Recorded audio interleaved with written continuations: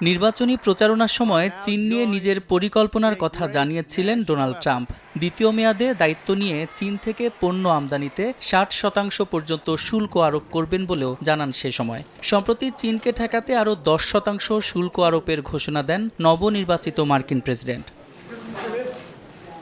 যুক্তরাষ্ট্র চীন চলমান এই বাণিজ্য যুদ্ধে ট্রাম্পের পরিকল্পনা বাস্তবায়ন শুরুর আগেই কৌশলী অবস্থান নিয়েছে বেইজিং, যার অংশ হিসেবে নতুন মার্কিন প্রশাসনের সিদ্ধান্তের অপেক্ষা না করেই চলতি মাস থেকেই যুক্তরাষ্ট্রের বাজারে সেমিকন্ডাক্টর রপ্তানি বন্ধ করে দিয়েছে দেশটি। পাশাপাশি গ্রাফাইট সহ অন্যান্য গুরুত্বপূর্ণ খনিজ রপ্তানিও সীমিত করেছে বেইজিং, যা কম্পিউটার চিপ, ইলেকট্রনিক পণ্য ও সৌর প্যানেল তৈরিতে অত্যাবশ্যকীয় উপাদান হিসেবে ব্যবহার করা হয়।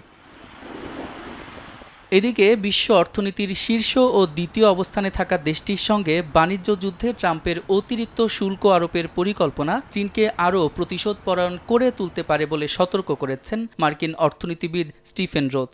জাপানের পর চীন থেকে সবচেয়ে বেশি ঋণ নেয় যুক্তরাষ্ট্র। তা মাথায় রেখেই চীনের বিরুদ্ধে মার্কিন প্রশাসনের পদক্ষেপ নেওয়ার পরামর্শ তাঁর। সাদিক হাসান ইমন, সময় সংবাদ।